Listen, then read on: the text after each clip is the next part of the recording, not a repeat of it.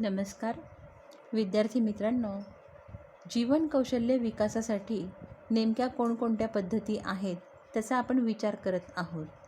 मग आता या व्हिडिओमध्ये आपण चर्चा पद्धतीचा विचार करणार आहोत की चर्चा पद्धतीमधून जीवन कौशल्य कशा प्रकारे विकसित होऊ शकतात त्याचा विचार आपण करणार आहोत.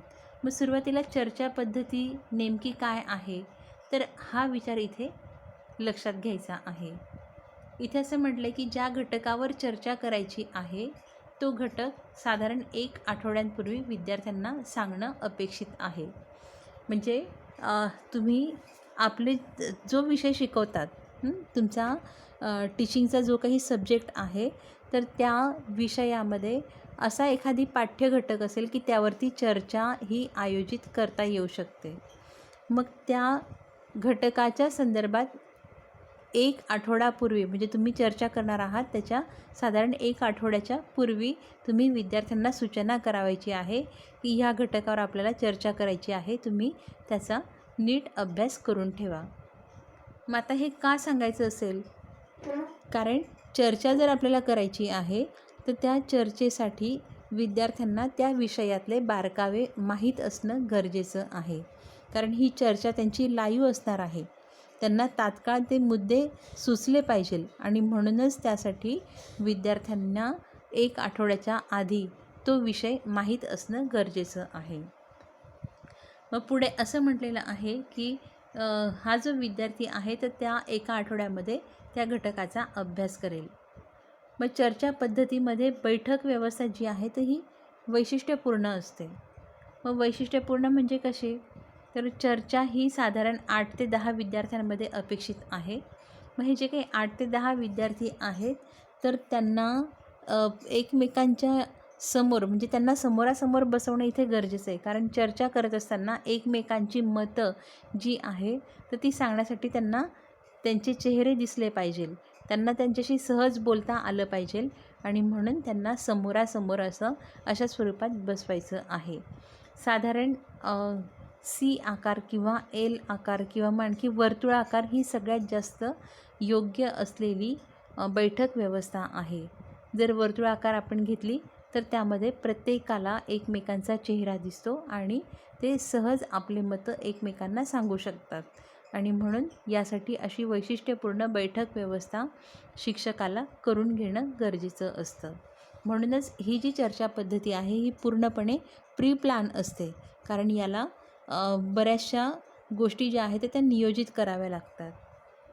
मग अशा रीतीने ही बैठक व्यवस्था केल्यानंतर मग वर्गातले जे काही इतर विद्यार्थी आहे त्यांचं काय, असा जर मनामध्ये विचार आला असेल तर एक लक्षात घ्या की या संपूर्ण चर्चा पद्धतीमध्ये केवळ वर्गातले 8 ते 10च विद्यार्थी सहभाग घेऊ शकतात आणि बाकीचे जे विद्यार्थी आहेत तर ते विद्यार्थी ज्या गटामध्ये चर्चा चाललेली आहे किंवा ज्या विद्यार्थ्यांमध्ये चर्चा चाललेली आहे त्यांचं ते निरीक्षण करतील, श्रवण करतील आणि शेवटी मग नंतर त्यांना जर काही मुद्दे मांडायचे असतील तर चर्चा संपल्यानंतर वर्गातल्या इतर मुलांना संधी दिली जाते की तुम्हाला यामध्ये आणखी काही मुद्दे ॲड करायचे आहे का, किंवा तुम्हाला या सगळ्या विषयाच्या संदर्भात तुम्हाला आणखी काही सांगायचं आहे का, तर इतर विद्यार्थ्यांनासुद्धा आपल्याला संधी याप्रमाणे उपलब्ध करून देता येते.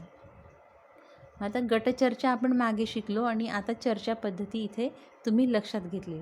मग हे दोघंही पद्धतीमध्ये चर्चा ही अपेक्षित आहे, पण फरक नेमका काय आहे की गटचर्चेमध्ये वर्गातल्या सर्व विद्यार्थ्यांचे छोटे छोटे गट केले जातात आणि चर्चा पद्धतीमध्ये मात्र संपूर्ण वर्गातील काही विद्यार्थ्यांचा मिळून एकच गट चर्चामध्ये सहभागी होऊ शकतो आणि इतर जे विद्यार्थी आहेत तर ते विद्यार्थी त्यांचं निरीक्षण करतील आणि श्रवण करतील. आणि मग शेवटी समारोपामध्ये आता चर्चा विद्यार्थ्यांची पूर्ण झाली त्या विषयावरती आणि मग नंतर समारोपामध्ये चर्चेमधून निघालेले जे काही मुद्दे असतील तर ते मुद्दे सादर करणं अपेक्षित असतं. म्हणजे या चर्चेतला एखादी विद्यार्थी जो आहे की ज्याला टिपणं काढायला आपण पूर्वीच सांगितलेलं होतं, तर तो विद्यार्थी काय करेल की संपूर्ण चर्चेमध्ये कोणकोणते मुद्दे समोर आलेत तर त्या मुद्द्यांचं सादरीकरण या ठिकाणी करेल. आणि मग अशावेळी शिक्षकांची भूमिका काय असते की शिक्षक हे जे काही मुद्दे आहेत तर ते फळ्यावरती लिहितील. म्हणजेच सर्व विद्यार्थ्यांना या चर्चेचे मुद्दे लक्षात येतील आणि मग नंतर इतर विद्यार्थ्यांनी जे काही मुद्दे सांगितलेले असतील ते सुद्धा मुद्दे फळ्यावरती शिक्षक लिहितील. तर अशा रीतीने या चर्चेचा समारोप आपल्याला करायचा असतो. मग आता ही जी काही पद्धती आहे तर या पद्धतीमध्ये कोणते कोणते घटक आपण घेऊ शकतो, तर तुमचा जो काही शालेय विषय असेल ज्याचं तुम्ही टीचिंग करतात तर त्यामध्ये जोही काही भाग असा आलेला असेल की ज्याच्यावर चर्चाही होऊ शकते तर मग त्यावर तुम्ही ती चर्चा आयोजित करायची आहे.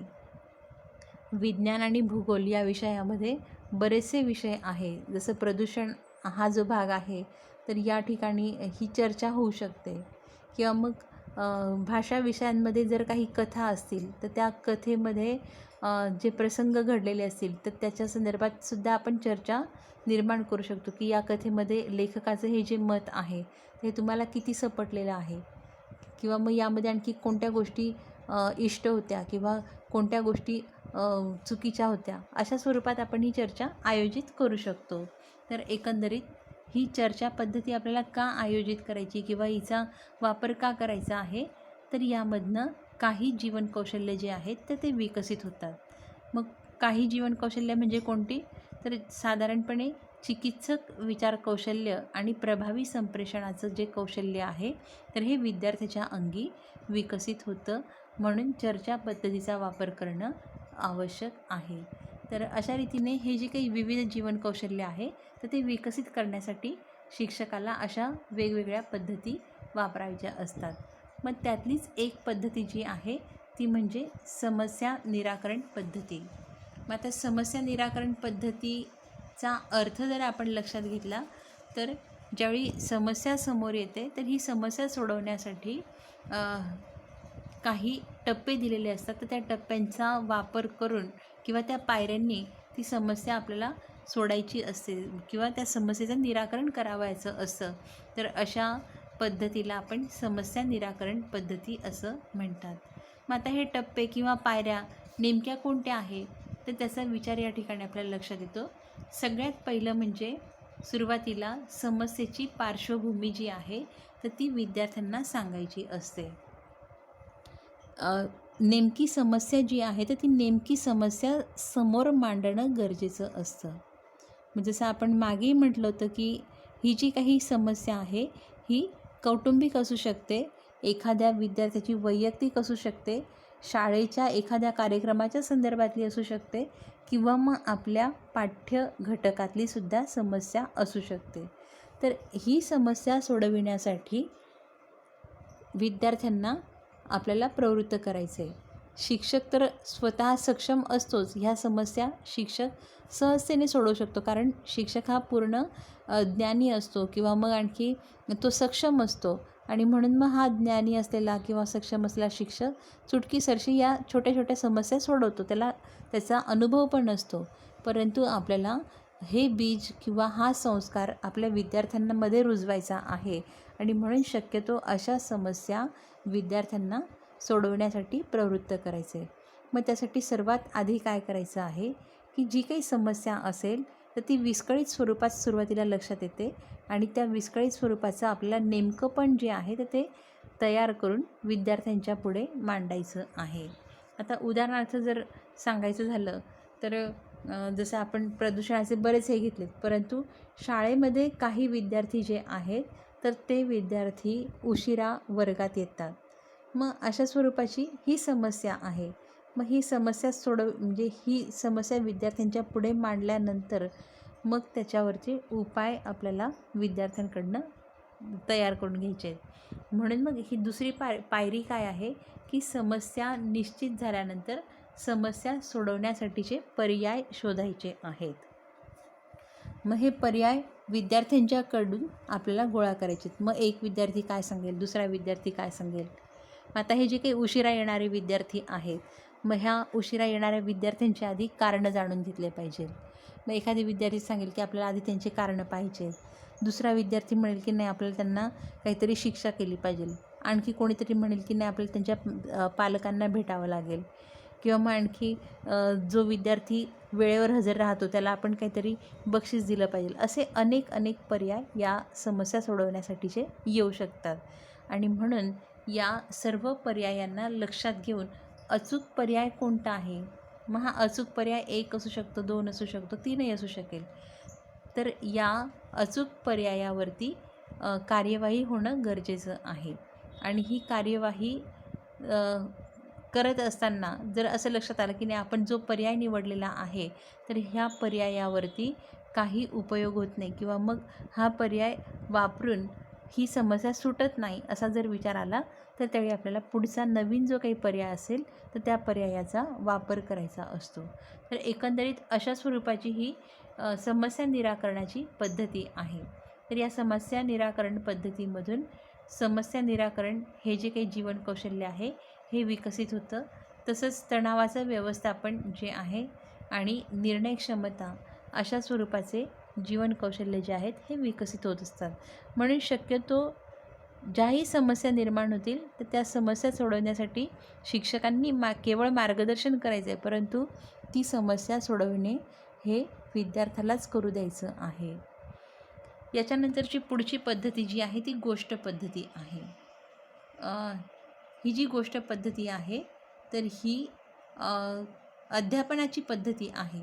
या गोष्ट पद्धतीचं म्हणजे वापर करून विविध प्रकारच्या जीवन कौशल्यांचा विकास तर होत असतो, परंतु गोष्ट म्हटली की विद्यार्थ्यांना आवडते आणि म्हणून विद्यार्थ्यांना आपल्या विषयाची जी रुची आहे किंवा आवड आहे तर ती लावण्यासाठी गोष्ट पद्धतीचा वापर करणं आवश्यक आहे. मग त्या गोष्ट पद्धती जितकी गोष्ट सांगायला सोपी असते किंवा गोष्ट जास्त आवडते, ह्या सगळ्या गोष्टी जरी असल्या तरी पण गोष्ट पद्धतीचा पाठ तयार करणं ही तशी कठीण गोष्ट आहे. आणि म्हणून मग ही साध्य करणं शिक्षकाच्या दृष्टिकोनातून थोडंसं जिकिरीचं असतं. आणि म्हणून शिक्षक लोक जे आहेत तर ती ही पद्धती वापरताना थोडेसे मागे असतात.